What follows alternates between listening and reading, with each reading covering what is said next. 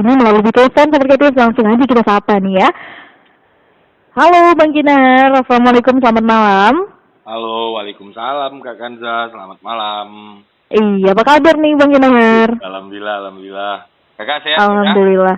Alhamdulillah Bang, sehat juga. Dari jam berapa Kakak nyiar Kak? Dari jam 6 sih sebenarnya udah standby di sini. Iya. Bang, hari ini kita mau ngomongin soal Pancasila ya Bang ya? Ya, insya Allah kita mau cerita tentang Pancasila. Sebenarnya nih materi yang mau kita bawa di Jumat yang lalu sebenarnya kan, karena bertepatan dengan Hari Pancasila gitu kan. Iya, benar-benar. Tapi karena satu dan lain hal, jadi kita bawa di minggu kedua. Nggak apa-apa, yang penting masih tetap dibawain nih Bang. Iya, kita mulai dari mana nih Bang? Aku bingung nih Kak, sebenarnya mau mulai dari mana. Tapi mulainya kurasa dari satu ketika yang ini ada cerita lucu dulu nih. Kenapa? Boleh Bang, silakan. Sebenarnya sih nggak lucu-lucu kali. Tapi nggak apa-apa Bang, biar kita mungkin kita terhibur nih Bang. Kita butuh yang lucu-lucu. Takutnya kan orang membayangkan yang waktu bilang cerita lucu tuh yang udah kayak stand up betulan gitu. Sebenarnya nggak gitu-gitu. Tapi ini karena selera humor orang beda-beda gitu ya Bang. Beda, ya. Karena kejadiannya tuh agak aneh sebenarnya gitu. Jadi satu ketika datang, dia ini kawan dari kawan saya gitu. Saya punya kawan, dia ini punya kawan gitu. Berarti temannya teman dari temannya Bang Kinar gitu ya. Gitu ya. Ini orang Jogja, domisili di Jakarta, kerja di kementerian itu. Kok jadi lupa tiba-tiba. Yang bagian itu tuh penyiaran tuh. Kominfo. Dia kerja di situ gitu. Jadi satu ketika Kominfo ini rupanya punya programnya itu tentang jajak pendapat gitulah, ke beberapa daerah yang mereka pilih. Jadi dalam jajak pendapat itu narasumbernya itu terdiri dari 3 jenis. Pertama dari akademisi, yang kedua dari lintas agama, yang ketiga dari influencer gitu kan. Nah, kebetulan ya bukan kebetulan juga, memang sudah Allah izinkan, tidak ada satupun influencer Medan yang bisa hadir diundang oleh si Kominfo. Jadi syaratnya influencer tuh yang subscribernya tuh 20.000 lah gitu minimal. Aduh, 20.000 ya Bang ya, aduh. Jadi kan nggak masuk kualifikasi kan berarti. Nggak masuk kita nih, sama Kak Kansa. Ya, sama di ini Bang, platform YouTube juga. Nggak masuk jadinya kan kalau 20.000. Nggak masuk gitu. Banyak kali 20.000 Bang. 20.000 banget tuh kayak 2 desa nggak kemana tuh ya. Iya, 20.000 orang gitu ya. 20.000 orang kan 2 desa tuh. Bener. Terus singkat cerita, karena entah kayak mana ceritanya nggak jumpa, alasannya macam-macam. Ada yang memang lagi sakit, ada yang lagi berhalangan, dan lain-lain. Jadi kawan ini menghubungi kawanku. Ada nggak influencer yang begini-begini yang bisa kira-kira bisalah untuk diajak ngobrol tentang Pancasila dan sebagainya. Yang memenuhi kualifikasi lah ya. Iya. Baru kawanku ini bilang, ada kawanku tapi dia ini belum subscribernya kayaknya nggak nyampe segitulah gitu kan. Dia nggak nyampe segitu. Ya udahlah nggak apa-apa gitu. Terus kawanku ngubungin aku, bisa nggak untuk ngobrol dengan Kominfo gitu terkait Pancasila. Jadi narasumber gitu ya Bang ya? Jadi narasumber terkait dengan Pancasila, bisa atau enggak gitu. Ya tentu jawabnya bisa gitu kan, karena memang tidak ada kesibukan juga saat itu gitu. Tapi aku nih juga tidak 20.000. Ya, jadi gimana itu Bang? Tapi aku nggak 20.000 nih gitu kan. Cuman sampaikan aja, kebetulan kawanku ini perempuan, aku manggilnya kakak. Cuman sampaikan aja Kak sama kawan kakak itu, kalau mau cari subscriber memang ya jangan akulah gitu. Tapi kalau mau cari ilmu bolehlah ke aku. Atau agak sombong sedikit Kak, kalau yang di sesi yang itu. Oke, terus? Karena katanya marketing ini harus ada sombong-sombongnya gitu kan. Benar Bang, harus pede ya kan. Kalau nggak pede kita nggak bakal ditengok orang. Nah singkat cerita, entah kayak mana ceritanya, setujulah pihak Kominfo dan dipanggil lah ke, adalah tuh ke kantor Kominfo atau ada apa lupa itu. Nah, datanglah ke situ ngobrol-ngobrol. Jadi ada profesor dari USU, terus ada lintas agama tuh dari Nadatul Ulama, dan influencernya saya gitu kan. Jadi masing-masing tuh disuruh memaparkan materi gitu. Jadi 1 malaman, 2 malam tuh, karena kabarnya juga mendadak, ada kesempatan untuk berpikir tuh sekitar 1,5 hari gitu ya. Apa gitu tentang Pancasila. Yang mau dibahas dari Pancasila ini apa gitu. Karena Pancasila ini udah bagus-bagus aja sebenarnya gitu kan. Tapi memang faktanya sama kaum milenial dan kebetulan juga di Pro 2 kita ini yang dengar ini ya insya Allah mayoritas kaum milenial juga gitu kan. Nah, jadi bisalah kita obrolkan itu. Jadi Pancasila memang di mata kaum milenial yang kupahami gitu ya, dia memang nggak menarik. Gitu. Jadi yang kita sampaikan dalam kesempatan itu ada lucu aja nih anekdotnya, layaknya mie pecal dan spaghetti gitu. Udah, nggak apple to apple ya bang ya jadinya. Iya, jadi ngomong Pancasila kok jadi ngomong mie pecal gitu kan. Ya maksudnya antara spaghetti sama si mie pecel tadi. Nggak imbang nih. Iya nggak imbang gitu. Nggak cocok di laga nih orang di bentuknya sama memang, tapi kan nggak imbang. Jadi yang kita sampaikan memang dalam kesempatan itu ini sebagai pengantar obrolan kita gitu ya. Orang Indonesia ini mayoritas tuh sebenarnya senangnya sama cita rasanya mie pecal gitu kan. Jadi kaum milenial itu walaupun mereka itu makannya spaghetti, tapi mayoritas kaum milenial nggak bisa dibohongi memang karena cita rasanya tuh memang masih suka dengan cita rasa mie pecal, gitulah dibandingkan spaghetti gitu kan. Gengsinya aja bang spaghetti. Tapi tampilannya kaum milenial sangat doyan dengan tampilannya spaghetti gitu. Jadi keren gitu ya. Tetap keren. Jadi Pancasila ini kalau kita lihat tuh model-modelnya gitulah. Dia rasanya mie pecal, dia ini tampilannya mie pecal banget gitu. Jadi kayak usang gitu kan. Terus kalau ada pun pelatihan ataupun ada seminar yang ada bau-bau Pancasila gitu. Dalam otak kita tuh ya nggak usah kita lah ya. Maksudnya dari beberapa orang yang kutanya ketika mendengar Pancasila apa yang kau bayangkan gitu kan. Ya yang dibayangkannya itu, aduh, ini ngobrolnya pasti bosan, terus garing gitu kan. Iya, karena membicarakan sesuatu yang mungkin menurut mereka itu membosankan gitu, bang. Iya, yang gitu-gitu. Jadi suntuk lah ini gitu kan. Nah pertanyaannya bagaimana caranya membuat agar kaum milenial ini senang dengan Pancasila gitu. Nah terus memang pertanyaan berikutnya kepada para orang-orang Kominfo tuh maunya apa? Maunya mereka hafal dengan Pancasila atau mereka melakukan Pancasila. Ini dua hal yang berbeda gitu ya. Beda, sekedar hafal tapi nggak menerapkan ya sama aja gitu ya bang. Atau dia menerapkan walaupun dia sebenarnya ya hafal dan tak hafal gitu. Hafal tapi mungkin urutannya pasal 1 bisa disebutnya jadi pasal 5 beda-beda gitu ya. Tapi mereka mengamalkan maunya yang mana gitu kan. Lebih peduli sama konten, isi, atau dari sekedar tampilan saja gitu. Benar. Atau tentu kalau ditanya begitu tentu maunya kita ya isinya dapat, kontennya dapat, terus tampilannya juga dapat gitu kan. Tentu kita mau dua-dua itu. Tapi tentu untuk menuju ke sana mungkin dimulai dari harus memilih salah satu. Tentu kita akan memilih tentang isi gitu. Nah balik kita ke Pancasila, isinya itu apa sih gitu. Memang dahsyat lah ya Pancasila nih sebenarnya gitu. Dan kalau kita lihat pun untuk kaum milenial, saya secara pribadi juga berani mengatakan bahwa mayoritas kaum milenial itu sebenarnya sudah Pancasila lah gitu. Sudah Pancasila, walaupun mereka membalut itu tidak dengan istilah Pancasila gitu. Benar. Misalnya kalau dilihat dari PPKM, terus dari inilah wabah yang kita kena rame-rame ini gitu. Wabah yang kena rame-rame ini ya. Wabah yang kita kena rame-rame ini kan. Itu banyak kok anak-anak muda yang saling tolong-menolong gitu kan. Saling gotong royong lah, yang punya rezeki agak berlebih dibaginya gitu. Dan itu banyak banget lah influencer ini kan mayoritas anak-anak milenial gitu kan. Benar. Kemarin tuh lagi heboh-hebohnya ya Bang ya, influencer itu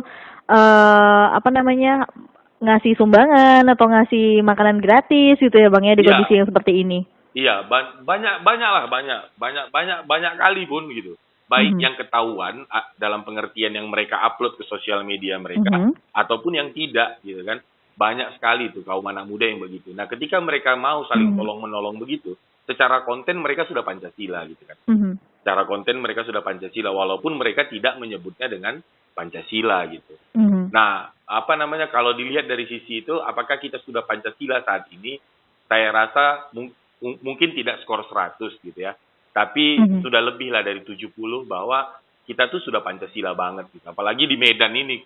Saya rasa Medan ini warganya tuh Pancasila banget. Karena kalau dia nggak Pancasila banget, karena sangat majemuk orang Medan ini gitu kan. Iya, beragam ya Bang. Beragam, tapi masih bisa damai gitu loh. Benar. Nggak yang perang-perang kayak di daerah-daerah lain gitu yang mengerikan perangnya gitu kan. Iya.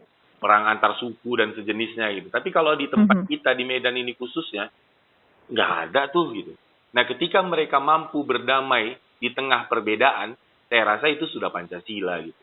Jadi, apa ya, kita tuh sudah Pancasila lah, itulah dulu yang mau disampaikan di yang pertama ini gitu. Jadi, tidak perlu khawatir apakah kita ini tidak Pancasila atau kehilangan marwah bangsa dan seterusnya gitu kan. Ya, tentu itu tetap harus kita perhatikan dalam pengertian untuk menjaga gitu. Tapi kalau sekarang orang bilang bahwa Pancasila sudah hilang, saya rasa tidaklah. Kita tuh memang sudah Pancasila banget. Apa nih? Ya, apalagi Medan lah, kita sudah Pancasila. Jadi dia tersirat bukan tersurat gitu ya Bang ibaratnya? Iya, dia memang tampilannya, mereka menampilkan dengan gaya mereka gitu ya. Iya, dengan gaya sendiri, nggak lebih nggak meniru atau mencontoh yang sebelumnya gitu. Betul. Jadi gayanya memang udah beda gitu kan. Tapi tetap kontennya ya mereka tetap Pancasila gitu. Aku rasa sih begitu. Jadi menurut Abang, poin Pancasila yang mana nih Bang, yang paling melekat sama milenial zaman sekarang Bang? Yang semboyannya, yang Bhinneka Tunggal Ika itu ya. Berbeda-beda tapi tetap satu gitu kan. Jadi nggak peduli juga kayaknya banyak orang yang membagi-bagi bantuan ketika PPKM ini juga nggak nengok suku ras juga enggak gitu. Benar. Jadi siapapun yang mereka tengok sulit ya mereka bantu gitu kan. Nggak ada nanya juga tuh, kok nih suku apa gitu, kok agama apa gitu, nggak ada. Jadi itu sudah Bhinneka Tunggal Ika yang beragam-ragam tapi tetap satu gitu kan. Tetap satu. Jadi melihatnya bukan hanya lagi melihat ras tapi sudah di atas ras tadi yaitu kemanusiaan gitu. Nah, jadi kalau saya rasa sih salah satu poin daripada Pancasila tuh pesan daripada Pancasila ya, mari melihat orang tuh dari sisi manusianya gitu kan, kemanusiaan yang kita tuh sama semua di hadapan Tuhan gitu. Nah, aku rasa di Medan sudah selesai. Untuk hal itu sudah selesai di Medan gitu. Jadi kalau ada orang yang mau merubah falsafah bangsa kita yang Pancasila dengan yang lain-lain gitu kan. Nah, ini saya rasa nggak perlu juga gitu. Karena Pancasila nih kayaknya dia tuh sudah agama banget gitu. Agama udah pas ya. Iya, bukan Islam aja gitu ya. Kayaknya semua agama tuh memang Pancasila gitu lah. Dia tuh bisa masuk ke semua agama, ke semua suku dan ras.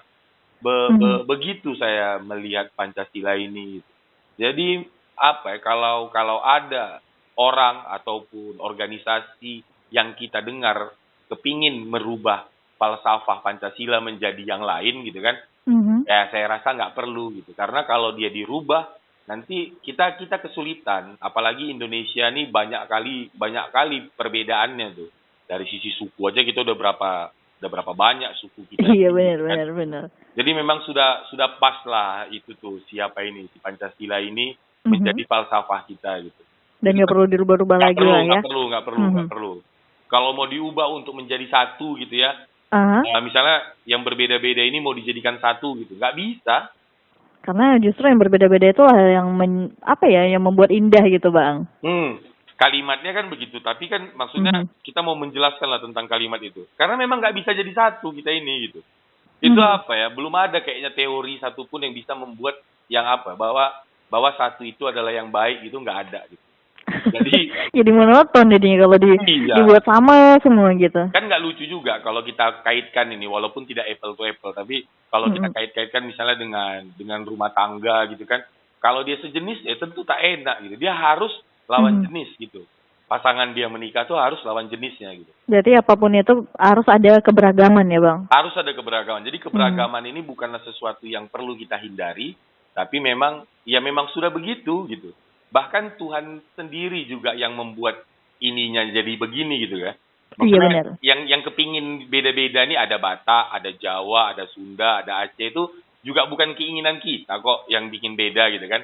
Terus ada yang tinggi, ada yang pendek, ada yang gendut, ada yang kurus, ada yang hitam, ada yang putih. Itu juga bukan keinginan kita. Bukan kapasitas kita gitu ya. Iya, kita juga nggak pengen gitu kan. Kalaupun misalnya manusia ditanya, pengen nggak kalian beda-beda gini gitu. Ya kurasa kita pun juga nggak pengen. Tapi Tuhan yang maha mengetahui tentang dunia ini membuat itu begitu. berarti itulah yang lebih baik dibandingkan yang sejenis gitu kan, daripada Iya benar. seragam semua gitu. Nah, baru dalam kesempatan yang lain pun di balik keseragaman tuh aku lupa lah kalimat pastinya kayak mana, tapi aku pernah dengar dari guru gitu ya, di balik keseragaman tuh biasanya ada penindasan gitu. Iya. Itu apa tuh? Udah standar lah yang model begitu tuh. Jadi kalau contohnya yang kayak mana? Ini lagi-lagi contohnya juga bukan nggak apple to apple, tapi ini contoh yang sering tuh ya. Iya. Dan mohon maaf kali tanpa bermaksud yang lain. Ini aku cuman merasa-rasa saja dan hasil bertanyaku ke beberapa orang. Itu kalau kita masuk ke rumah-rumah tangga orang itu ya Kak. Iya. Ke rumah-rumah orang tuh. Ada di aliran rumah tangga yang pakai foto dengan baju yang sama gitu kan. Seragam gitu ya Bang? Ya, seragam gitu bajunya gitu kan. Nanti semualah kalau putih-putih gitu kan. Dan ini lebih sering kita lihat ketika Lebaran, hari-hari besar gitu kan. Iya benar. Hari-hari besar keagamaan khususnya tuh biasanya tiap keluarga tuh kalau dia ada lah itu seragam-seragam gitu ya. Seragam gitu lah. Nah, di balik keseragaman itu coba tanya lah satu persatu warga dari keluarga itu gitu. Ada itu yang tertindas itu gitu, enggak? Ada yang nggak setuju sama warnanya, sama modelnya gitu ya Bang? Iya, gitu. Tapi ya gimana ya, terpaksa mungkin karena mamaku ini gitu kan. Kalau dari mamaku nyuruh gitu. Kalau dari sisi suami mungkin yalah nyenangkan anak dan istri lah gitu kan. Cuman kan kalau dia ngomongnya nyenangkan anak dan istri lah, berarti kan diri dia nggak senang nih. Jadi entah ya, maksudnya kalau ada orang yang ngomong diakhiri dengan kata lah gitu, itu biasanya tuh tingkat keikhlasannya rendah itu gitu. Itu lebih banyak lah gitu ya. Kalau pakai lah gitu. Tolong kerjakan itu gitu. Iyalah gitu kan. Nah, itu kayaknya tuh tingkat keikhlasannya rendah gitu. Beda dia sama tolong kerjakan itu. Iya. Nah, itu beda tuh. Apalagi kalau gini ya Bang, ya udahlah gitu. Ya udahlah gitu. Itu tuh biasanya tingkat keikhlasannya tuh sangat rendah gitu. Sangat rendah gitu. Jadi memang balik lagi, di balik keseragaman itu biasanya ada penindasan gitu. Oleh sebab itu mari kita jangan mencari yang seragam gitu. Tapi bagaimana membalut yang berbeda tadi itu gitu kan. Itu sih bukan membuat beda jadi sama, tapi biarkan berbeda, tapi balutlah itu dengan sesuatu yang dapat membuat indah perbedaan. Nah, pertanyaannya, apa itu yang sesuatu yang dapat membalut perbedaan sehingga perbedaan pun bisa menjadi sebuah kenyamanan gitu kan? Iya. Itu mau kita jawab sekarang atau nanti pas selesai? Nanti aja lah Bang ya, soalnya udah jam segini, kita mau break dulu sejenak nih. Oke. Pancasila sebagai ideologi bangsa telah terbukti sebagai pohon bangsa yang kokoh dan sakti dari berbagai gangguan selama 72 tahun berdirinya Negara Kesatuan Republik Indonesia. Pancasila adalah titik di mana segala kemanjukan Indonesia bersatu sebagai titik temu dan titik pijak di mana kebijakan negara, hukum, kebijakan nasional harus berlandaskan Pancasila. Pancasila juga titik tuju pemberi orientasi kemana bangsa ini akan diarahkan. Dengan membudayakan nilai-nilai Pancasila, maka Indonesia dengan keanekaragaman agama, ras, suku, partai dan lapisan sosial akan aman dan sejahtera. Pupuk dan pelihara Pancasila agar tetap tumbuh mengayomi Negara Kesatuan Republik Indonesia. Kedua Medan, pusat kreativitas anak muda. Balik lagi sama kita di 924 Pro 2 dari Medan Suara Kreativitas barengan Kansa di ruang kreativitas motivasi nih. Sobat kreatif masing ngobrol barengan Bang Ginahar di malam hari ini di jam 8:35 waktu Indonesia Barat dan masih ngomongin soal Pancasila, Sobat kreatif. Kita lanjutkan lagi obrolan kita barengan Bang Ginahar ya. Halo Bang. Halo. Oke. Mari Bang kita lanjutkan lagi. Ya, jadi bagaimana membalut perbedaan itu gitu. Bukan di mana perbedaan adalah sebuah kepastian gitu kan. Secara falsafah kebangsaan ya itulah tadi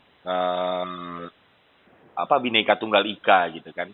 Tapi tentu Bhinneka Tunggal Ika saja tidak cukup gitu.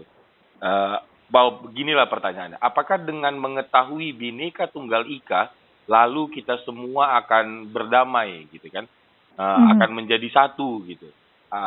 Ya jawabannya tentu Belum tentu gitu ya, ya Bang ya? belum tentu. Kalaupun iya, skornya paling tinggi 100, mungkin ya di bawah 50 gitu kan.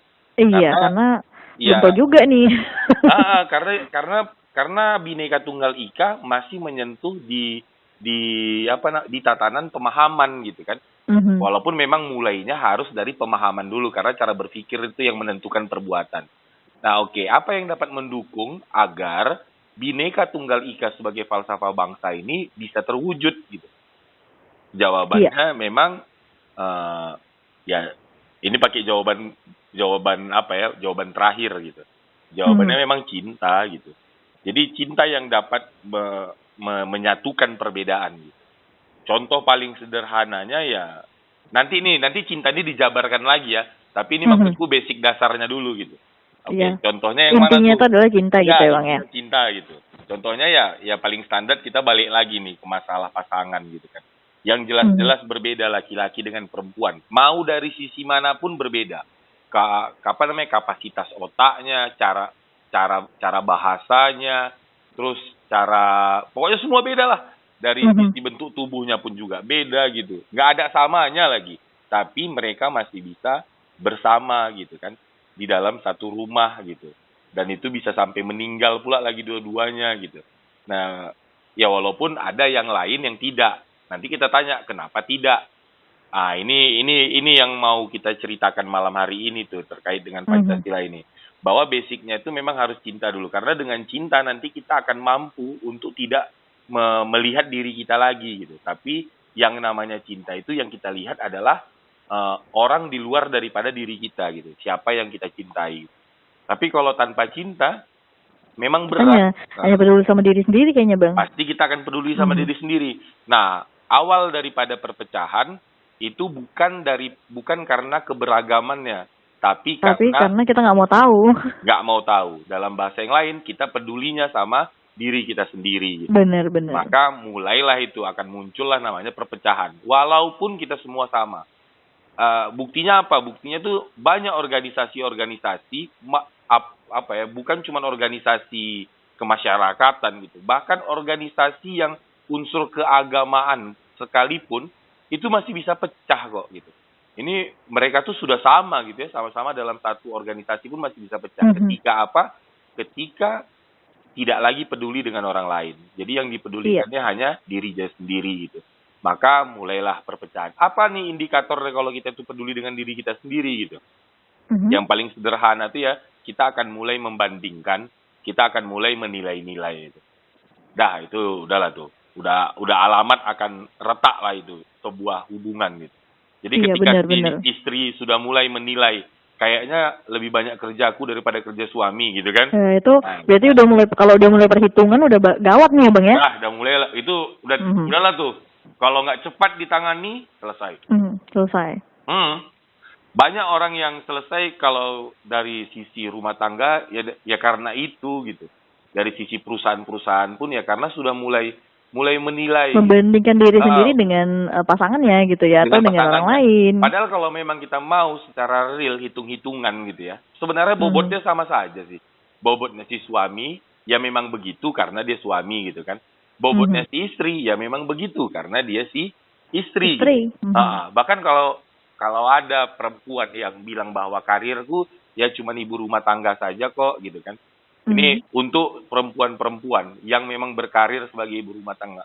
Ketahuilah bahwa puncak tertinggi, ini menurutku nih bisa saja sih dibantah gitu ya. Tapi izinkanlah aku menyampaikan apa yang ada di dalam kepalaku ini untuk para wanita yang sekarang ini posisinya sebagai ibu rumah tangga dan sudah mulai jenuh dengan karirnya sebagai ibu rumah tangga itu. Gitu. Menurutku puncak karir tertinggi seorang wanita tuh ya ibu rumah tangga. Gitu. Bukan CEO di sebuah perusahaan, bukan direktur di sebuah perusahaan itu, bukan.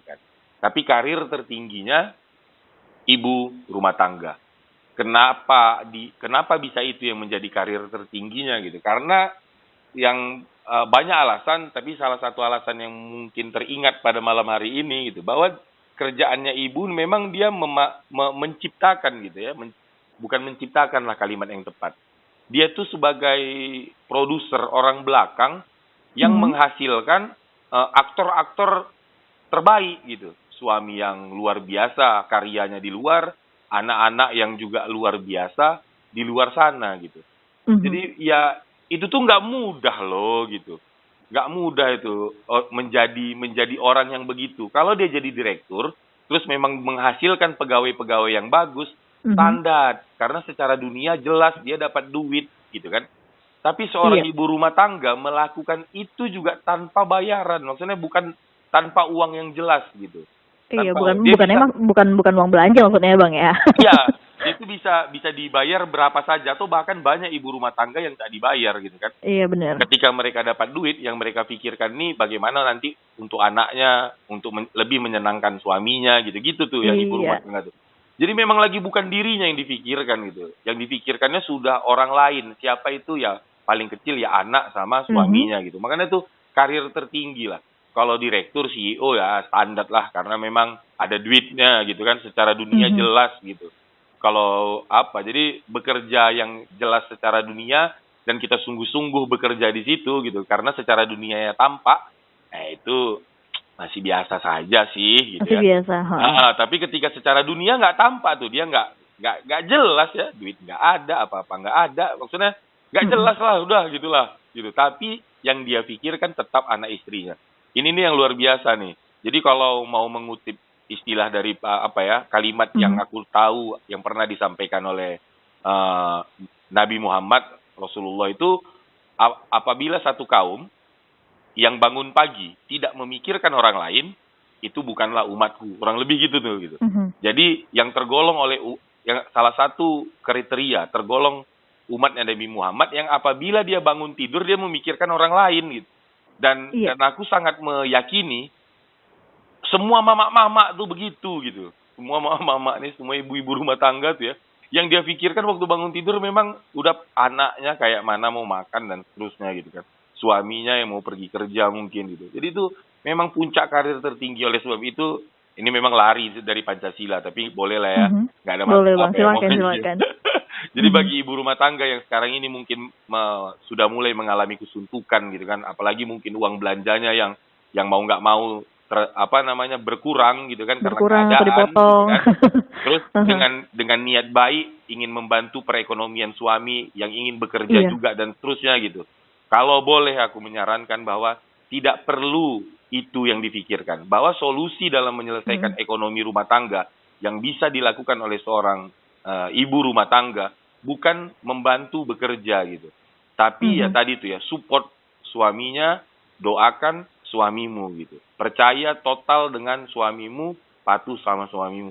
Aku rasa itu tuh yang akan membuat suami itu jadi on fire gitu di luar sana gitu. Jangan malah nambah beban gitu kan. Yang masih sibuk ngajak liburan, itu kan pening nih suami nih. Duit nggak ada. Nanti dia hari Minggu sibuk ngajak makan di luar gitu. Aduh tuh. Iya. Nah, ini nih yang bikin pening nih. Jadinya ya ekonomi tentu tak berubah-berubah gitu. Tapi kalau ada mungkin mak tuh yang ngomong sama suaminya, yang penting abang kerja aja bang di luar bagus gitu kan.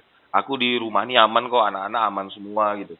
Pulang-pulang suaminya disambut, walaupun nggak ada bawa duit misalnya, tapi ya nggak apa-apa, yang penting abang selamat gitu, aku senang kali abang yang gitu-gitulah modelnya gitu ya. Aku rasa tuh itu akan jadi pemicu tersendiri tuh bagi si suami. Nah pertanyaannya apa yang membuat dia bisa begitu selain daripada basic awalnya cinta gitu ya, untuk membalut keberagaman ini gitu. Wujud keluaran daripada cinta tadi apa? Wujud keluaran daripada cinta tadi karakter yang baik, akhlak yang baik gitu.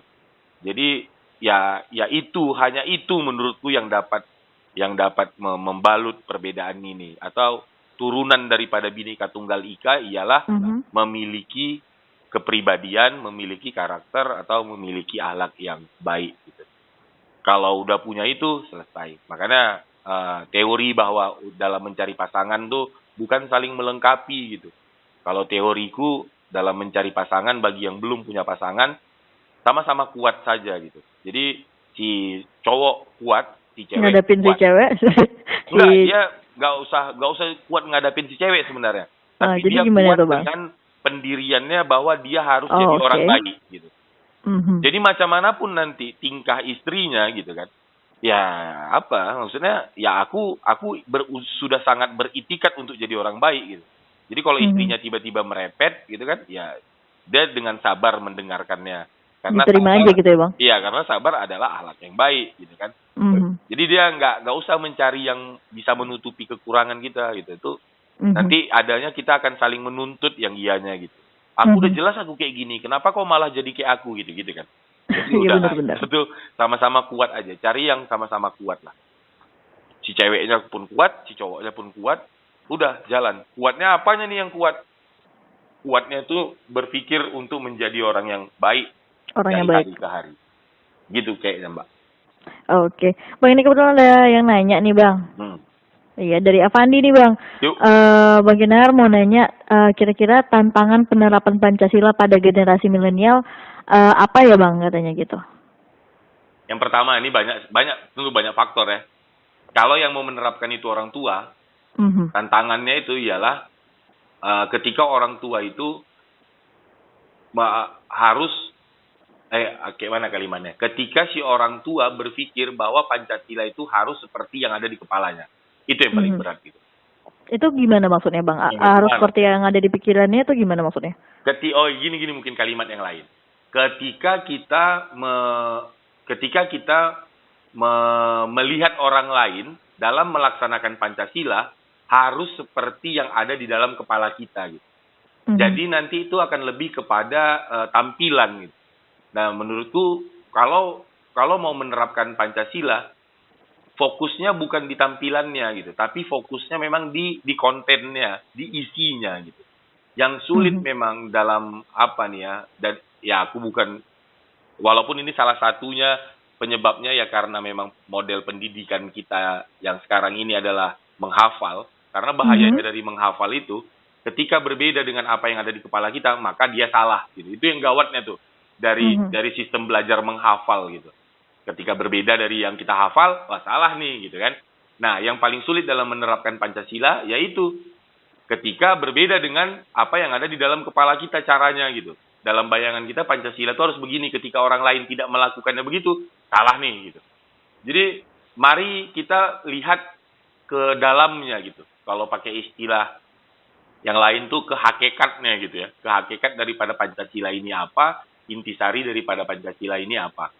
Bentuknya, bentuk keluarannya itu biarkan aja beda-beda. Jadi bukan yang gini, bukan 1 tambah 1 sama dengan 2 gitu, enggak gitu.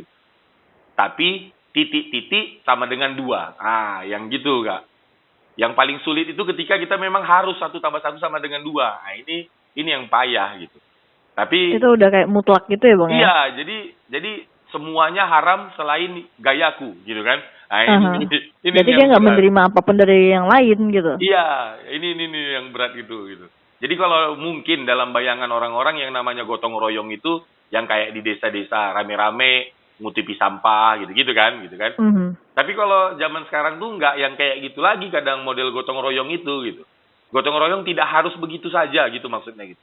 Banyak lagi cara lain dalam gotong royong gitu. Jadi bisa jadi mereka tidak terjun untuk ngambil sampah di paret gitu ya. Tapi mereka memberikan donasi makanan gitu untuk orang yang mau melakukan itu gitu. Nah, itu kan juga termasuk gotong royong gitu. Jadi nggak harus dipaksakan. Kalau gotong royong tuh semuanya harus turun ke lapangan gitu. Nggak harus gitulah gitu. Jadi kalau zaman sekarang ini memang tidak apa ya, beda lah, nggak monoton yang kayak dulu lagi gitu. Oleh sebab itu terkait dengan Pancasila, mari kita tuh fokusnya di titik-titik sama dengan 2. Jadi bisa 3 kurang 1, bisa 1 tambah 1, bisa 2 kali 1 gitu. Yang penting 2. Nah, kalau memang Bhinneka Tunggal Ika yang kita bahas ini adalah salah satu poin daripada Pancasila gitu kan, berbeda tapi sama gitu. Caranya biarkan saja beda-beda gitu. Nggak harus dengan gotong royong lah untuk mewujudkan kalimat Bhinneka Tunggal Ika. Ketika ada satu orang yang memberikan nasi bungkus ke orang lain, itu yang beda agama bahkan gitu kan, itu sudah Bhinneka Tunggal Ika itu gitu. Jadi yang begitu, yang bikin sulit itu memang kalau kita memaksakan harus sama dengan cara berpikir kita. Itu yang sulit. Itu tantangannya Bang ya. Ya. Tantangan penerapan Pancasila pada generasi milenial itu adalah untuk keinginan kita untuk Menyeragamkan ya. menyeragamkan sesuatu gitu ya Bang. Iya, sedangkan Pancasila sendiri itu mengatakan bahwa berbeda-beda gitu. Iya, Ini biarkan aja beda. Kalau kita mampu melihat perbedaan itu gitu ya, enak lah gitu. Bahkan ini ekstrim. Kira-kira nih Bang, menurut Abang perlu nggak sih strategi khusus gitu ya untuk mengamalkan Pancasila nih di generasi milenial? Ya tentu perlu karena memang kebaikan tanpa strategi itu akan dikalahkan oleh kejahatan yang berstrategi gitu kan. Jadi kita nggak cukup hanya dengan modal baik gitu, habis itu bagus gitu, enggak lah. Kita juga perlu memikirkan langkah-langkahnya apa gitu. Nah, langkah yang bisa kita buat ini memang lagi-lagi nih, jangan melepaskan tanggung jawab itu ke satu orang gitu.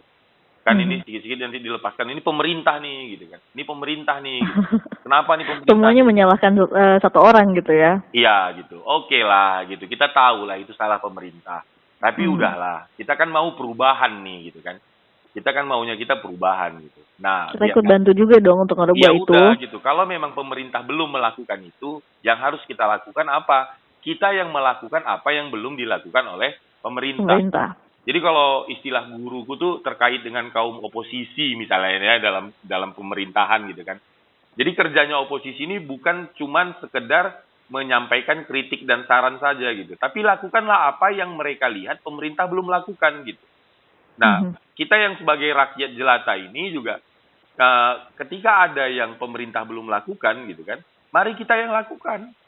Kita yang lakukan itu sama-sama gitu. Toh Indonesia ini bukan punya pemerintah gitu. Indonesia ini punya kita ya. Jadi mari kita lakukan bersama. Terus ada juga yang ngeyel. Ya kalau kayak gitu untuk apa adanya pemerintah gitu. Ya nggak gitu. Kalau mau ngeyel nggak gitu caranya gitu. Pemerintah ini tentu tetap perlu. Karena ada nanti namanya hubungan diplomatik dan seterusnya. Siapa yang mau menjadi orang dari Indonesia menghadap ke misalnya mau ngobrol sama Australia, sama Malaysia gitu kan.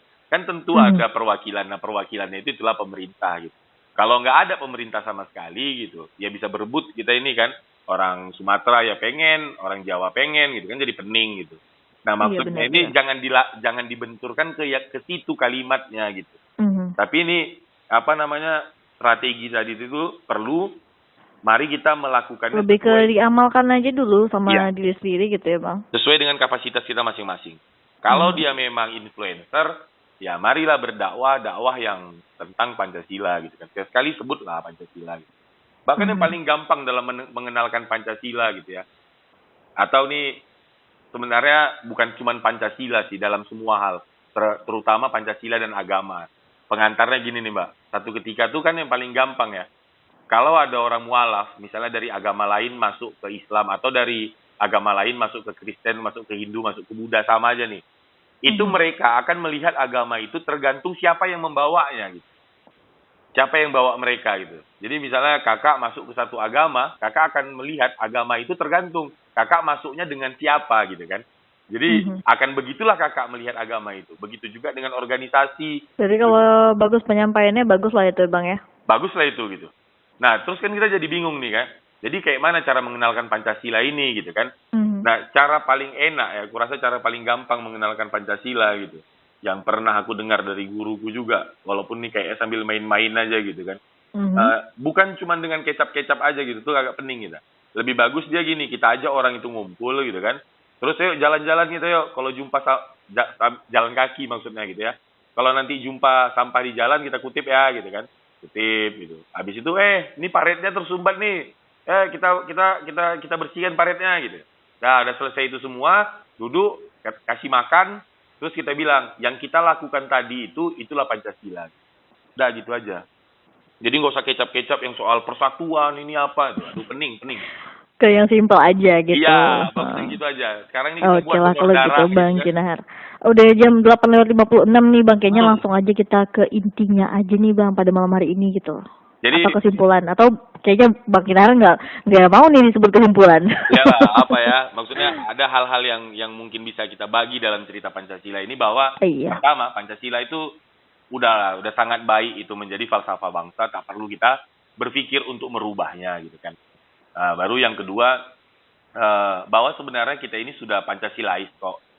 Walaupun memang mungkin kita jarang menyebut yang kita lakukan ini adalah perwujudan dari Pancasila gitu. Tapi aku meyakini kita ini semua ini sudah Pancasilais.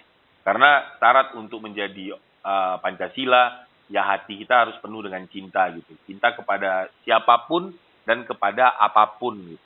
Nah, terus perbedaan itu adalah hal yang memang sesuatu yang pasti gitu, yang nggak bisa kita hindari. Oleh sebab itu tugas kita bukan menyatukan yang berbeda tadi gitu, tapi bagaimana membuat nyaman dengan perbedaan tadi itu. Caranya dengan apa? Caranya mari kita peduli dengan diri kita, atau peduli dalam pengertian tuh selalu memikirkan diri kita, apakah aku sudah berkarakter yang baik atau belum? Apakah aku sudah berakhlak baik atau belum? Akhlak ini yang mana gitu? Akhlak ini yang standar aja lah gitu. Banyak sih pengertian akhlak, tapi kita nggak usah yang pening-pening. Kita pakai yang paling ringan aja. Apa itu? Kita tersenyum di semua kondisi. Dah gitu aja gitu. Jadi kalau kita mau tahu apakah kita ini sudah berakhlak atau belum, tinggal dinilai aja. Hari ini aku banyak senyumnya atau enggaknya gitu. Kalau memang masih kurang senyumnya gitu, besok mari kita tingkatkan lagi gitu. Jadi bercerita tentang Pancasila memang ini memang agak lain ya. Apanya itu ya kalau istilahnya kesimpulannya agak aneh gitu. Jadi kalau kita mau cerita tentang Pancasila, apakah kita sudah Pancasila dan bagaimana membumikan Pancasila, mari mulai dari sekarang kita biasakan untuk tersenyum. Dah gitu aja lah. Walaupun mungkin berarti kalau tersenyum itu adalah kuncinya ya Bang ya. Ya. Dan ikhlas melakukan semuanya. Iya. Jadi mulailah dengan tersenyum. Karena tersenyum adalah ciri-ciri orang bahagia, dan izinkan aku mengutip istilah guruku bahwa orang-orang bahagia adalah orang-orang yang membangun gitu. Sedangkan orang-orang yang tidak bahagia, ini adalah orang-orang yang menghancurkan. Mari kita menjadi orang yang bahagia. Oke, Mbak.